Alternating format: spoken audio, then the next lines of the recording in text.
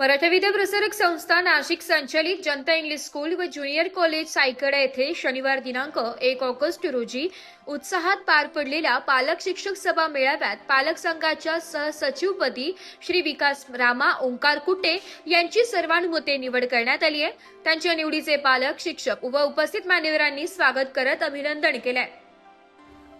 या कार्यक्रमास प्रमुख अतिथी म्हणून श्री स्वामी कमलाकांताचार्यजी महाराज उपस्थित होते। तसेच मराठा विद्या प्रसारक संस्थेचे डायरेक्टर शिवाजी पाटील गडाख, विजय कारे, अशफाक शेख, मनोज भूतडा, प्रभाकर रायते, उपविभागीय पोलीस अधिकारी डीवायएसपी हेमंत मोरे, निखिल गावले, श्याम सोनवणे, सचिन खालकर, रश्मी प्रसाद पुराणिक, राखी उज्ज्वल सिकची, मनीषा धनंजय कुटे, रुशाली शैलेश कुटे यांच्यासह अनेक मान्यवर उपस्थित होते।